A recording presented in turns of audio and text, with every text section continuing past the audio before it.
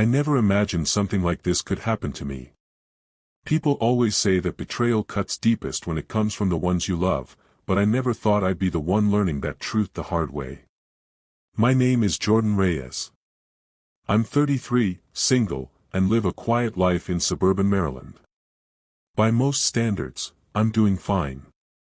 I have a stable job as a systems analyst, a modest condo I bought with my own savings, and a tight, predictable routine. That predictability was my comfort, until it shattered overnight. It started with a call from the bank. A woman with a clipped tone and a sense of urgency asked why I had missed the last 2 mortgage payments on a new loan. I blinked, half listening, assuming she had the wrong person. "I think there's been a mistake," I said. "I haven't taken out a new mortgage." She paused. "This loan was opened 3 months ago, Mr. Reyes. $100,000. Property listed as primary residence. Payments due on the 15th. You're 2 months behind." I pulled my phone away and stared at the screen, as if it might glitch and reveal some punchline. There was none.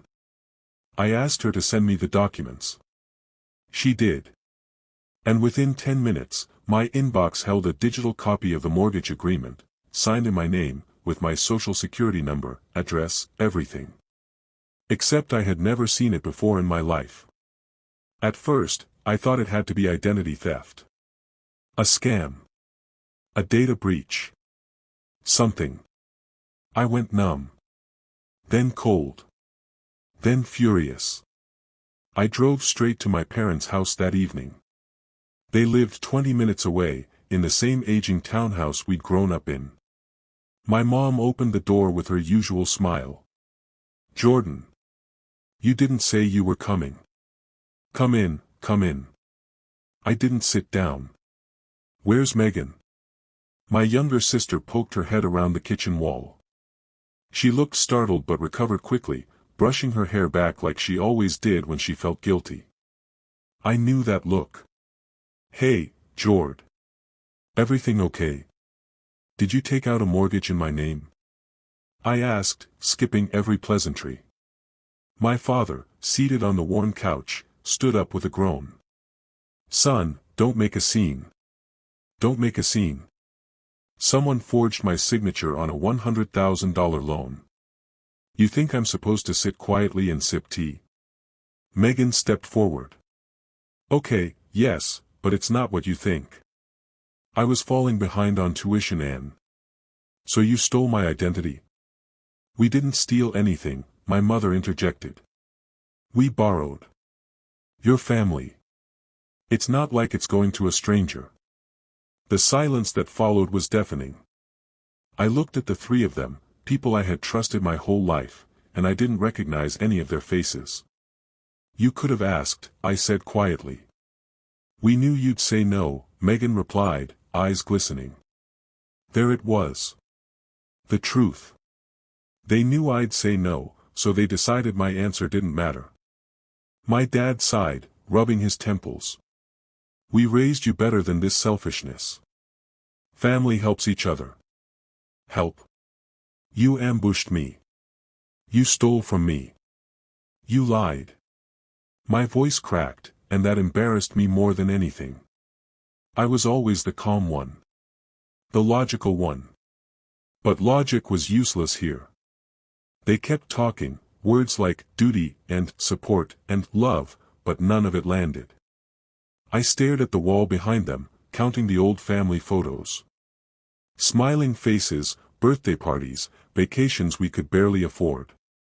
I wondered when those smiles had turned into expectations. When support became entitlement. Eventually, I left. I didn't yell. I didn't slam the door. I just walked out, because staying would have meant saying something I couldn't take back. That night, I didn't sleep. I sat at my kitchen table, mortgage papers spread out, every line like a needle to the chest. I thought about pressing charges. About lawsuits. About cutting ties. But more than anything, I thought about how little my voice had meant to them. And I knew, right then, that this wasn't just about money. It was about control. About the subtle ways family can hold you hostage with guilt and tradition. They thought I'd forgive them. They thought I'd pay it off quietly. They didn't know me at all. So I made a decision. I was going to take my life back, starting now. Part 2, When Love Becomes Leverage. The morning after I found out about the mortgage, I called in sick to work. I wasn't physically ill, but my chest ached in ways that had nothing to do with viruses or fevers. I sat staring at my laptop, my hands hovering over the keyboard. My thoughts spun in a loop: documents, betrayal, Megan's face, my dad's tone. My mother's calm insistence that it was okay. I opened my banking app. That's when the real damage began to unfold. The loan had already affected my credit score. There were missed payments, late fees, and a new monthly bill I was now responsible for unless I took action. I felt like I was sinking in someone else's choices. I called my friend Chelsea. We'd known each other since college. She worked in compliance for a financial institution and had the kind of no-nonsense personality I needed right now. "You need a lawyer," she said after I told her everything. "And you need to report this. Immediately. This is identity theft, Jordan. Family or not." I hesitated. "They're my family. If I report them, Megan could get a criminal record." "She already committed a crime," Chelsea snapped. "Listen to yourself. You're worried about saving her reputation while she's out there spending your credit like it's a family buffet." I sighed. She was right. But it didn't make it easier. Later that afternoon, I logged into Megan's Instagram. She hadn't made it private. That was her first mistake. The second was posting a picture of herself holding a new designer bag, captioned with, "College stress relief. Retail therapy works wonders." I stared at the screen, my jaw clenched. This wasn't someone who had been forced into a desperate situation. This was someone who thought there would be no consequences. I started pulling bank records, gathering statements, and printing every mortgage-related document I had. Then I called a lawyer. His name was Daniel Blake. He specialized in financial fraud and had a reputation for being both methodical and relentless. "We'll start with a fraud affidavit," he said. "You'll need to file a police report. From there, we go to the credit bureaus. We'll build a paper trail." My stomach turned. "What are the odds I can get the mortgage voided without her going to jail?" He raised an eyebrow. "That depends entirely on how cooperative she is. And whether the bank believes she coerced you, or impersonated you. Either way, it's fraud." I nodded. It felt like signing a contract with reality. That evening, I called my parents again. I wanted one more chance to fix this before the law got involved. My mother answered. "Jordan, honey, please don't do anything rash. Megan is under so much pressure. She committed fraud. You all helped her. That's not pressure, that's a crime. You're blowing this out of proportion," she insisted. "You forged my signature. You ruined my credit. You want to talk about proportion?" There was silence. Then she whispered, "If you really loved your sister, you'd understand." I hung up. There was nothing left to say. That night, I began writing everything down, every conversation, every detail, every document. Because if they wanted to turn love into leverage, I needed to turn facts into freedom. And I wasn't backing down. Jordan didn't sleep that night. The weight of betrayal didn't hit like an explosion, it settled in like a cold fog, numbing his limbs and dulling his thoughts. He lay in bed, staring at the ceiling, his mind looping through every conversation, every text, every red flag he should have noticed. The house felt unfamiliar now. The photos on the shelves, the family portraits, the childhood drawings his mom had never taken down, they all felt like props in a theater play he never agreed to be part of. By morning, Jordan had made a silent vow: "I may not be able to fix what they did overnight, but I'm done playing the fool." He booted up his laptop and started with the basics, his credit report. What he saw made his stomach clench. There were not just one, but two mortgages under his name. One was the $100,000 loan he already knew about. The second, smaller but still significant, had been taken out 8 months ago, a $12,000 personal loan, listed under an address he didn't recognize. Someone had been using his identity longer than he thought. His hands shook as he picked up the phone. He called the bank. "I want to report identity theft," he said clearly. "I didn't authorize these accounts." The representative was polite but cautious. They opened a case, asked for documentation, and advised him to file a police report. "We'll need an affidavit from you, plus any proof that your identity was compromised." Next, he froze all 3 of his credit bureau profiles, changed every password he owned, and added 2-factor authentication to his accounts. As the hours passed, he felt more control returning to his body, like the slow thawing of a man who'd been trapped in ice. That night, his phone buzzed. "Megan. You could have just helped me directly. Now the tuition payment bounced. What am I supposed to do?" Jordan stared at the screen. There was no apology. No guilt. Just blame. He didn't answer. A few minutes later, a voicemail from their mother came through. "I don't know what you're doing, Jordan. Megan is your sister. We're family. Families help each other. You're acting like a stranger." He wanted to scream. "You made me a stranger the moment you signed my name like it was yours." Instead, he sat in silence.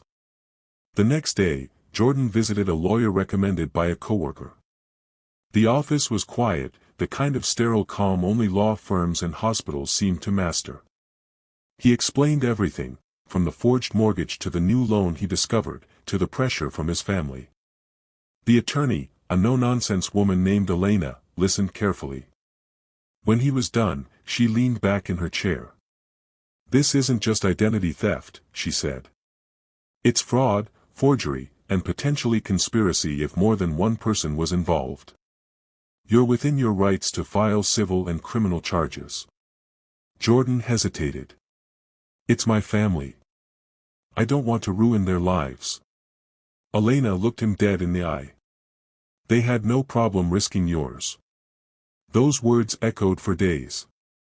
He started compiling a folder, emails, credit reports, screenshots, bank letters, even social media posts. Megan's Instagram was a goldmine of carelessness. One post stood out: she was at a luxury spa, tagged 2 weeks after the mortgage was filed. The caption read, "Thanks babe for always treating me like a queen crown #blessed." It didn't take long for Jordan to piece things together. Babe was her boyfriend, Tyler. A charismatic, always hustling kind of guy with a flashy watch and vague job titles. Jordan never liked him. Now, he had a hunch: Tyler was the mastermind. He checked Megan's recent followers. Tyler's account was private, but Jordan still remembered his handle. He searched Reddit and a few shady complaint boards. And there it was.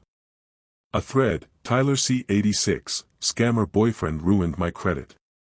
Another: watch out, conmen targeting college girls for loan scams. Jordan's blood ran cold.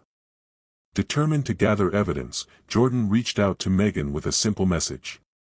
"We need to talk. Just you and me. No parents." Surprisingly, she agreed. They met at a cafe near her campus.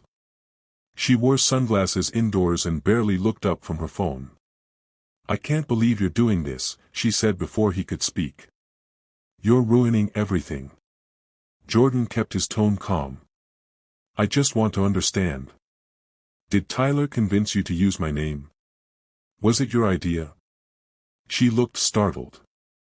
I mean, he said it would be temporary. That it was just paperwork. You make more money than me anyway. You realize you committed a crime, right?" Jordan said. Megan's lips quivered. "You don't get it. I didn't have a choice. I needed to stay in school. You had a choice, Jordan said. You could have asked. You could have respected me enough to involve me. She looked down. He said you'd never find out. Jordan turned on his voice recorder under the table. So you're saying Tyler was the one who came up with it? Silence. Then a nod. That was all he needed. Back at the law office, Elena reviewed the recording. This is good. Very good, she said. It establishes coercion, admission of guilt, and names an outside influence. We can use this both in civil proceedings and for leverage if we go to the police. Jordan nodded, jaw tight. What's next? We build your case. And then, we burn the bridge. He didn't say it out loud, but he knew, that bridge was already ash in his mind. The court date was set for a Thursday morning, 8:30 a.m., sharp. Jordan arrived 30 minutes early. The courthouse in downtown Baltimore loomed above him like a relic from another time, gray stone, cold steps, rustling papers and solemn faces. He wore a navy suit. His hands were cold, but his spine felt straight for the first time in months. His attorney, Elena, met him at the doors. Stay calm. You have everything you need. We're not here to destroy people, we're here to reclaim your life. He nodded. Let's do it. Inside, the courtroom was small and sterile, not like in the movies. No grand speeches, no gasps. Just the dull scratch of pens and the hum of overhead lights.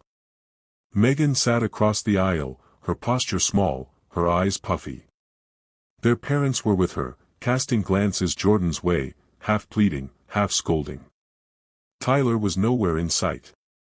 A warrant had already been issued for his arrest when he skipped a scheduled deposition. Word was, he'd fled to another state. The judge, a stern woman in her 50s, reviewed the case with visible frustration. A mortgage of this size, signed under false identity, is not a matter of misunderstanding, it's fraud. Jordan's stomach twisted when Megan took the stand. She was visibly shaking. I didn't mean to hurt my brother. I just thought it would be temporary. Tyler said it wasn't a big deal. He filled out the paperwork. He said he'd pay it back. The judge raised an eyebrow. So you knowingly submitted a loan application in your brother's name? Megan nodded, barely audible. Yes, but I didn't realize how bad it was. Jordan's jaw clenched. That's the lie she tells herself. That it wasn't real because it wasn't happening to her.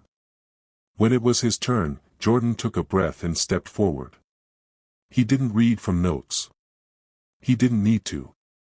Your Honor, he began, voice steady. This isn't just about a mortgage. This is about being betrayed by the people I trusted the most. My family took something that wasn't theirs, my name, my credit, my future, and gambled it for someone else's comfort. They didn't ask. They didn't warn me. They decided that I owed them a sacrifice I never offered. And they acted like I was the villain when I said no. He paused. I'm not here to seek revenge. But I won't apologize for defending my name. I built my life from the ground up. I lived within my means. I paid every cent of my debt, every loan, every rent check.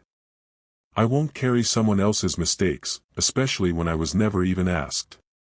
The courtroom was silent. Even Megan looked stunned. The judge leaned forward. Thank you, Mr. Blake.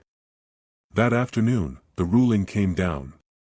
The mortgage was declared fraudulent, null and void. Megan was held civilly liable for damages and court costs. Because Jordan declined to press criminal charges, she was spared jail time, but her financial future would now bear the weight of her choices. Outside the courtroom, their parents approached him. His mother had tears in her eyes. Jordan, please. She's still your sister. She was my sister, he said quietly. Until she decided I was her safety net. His father didn't speak.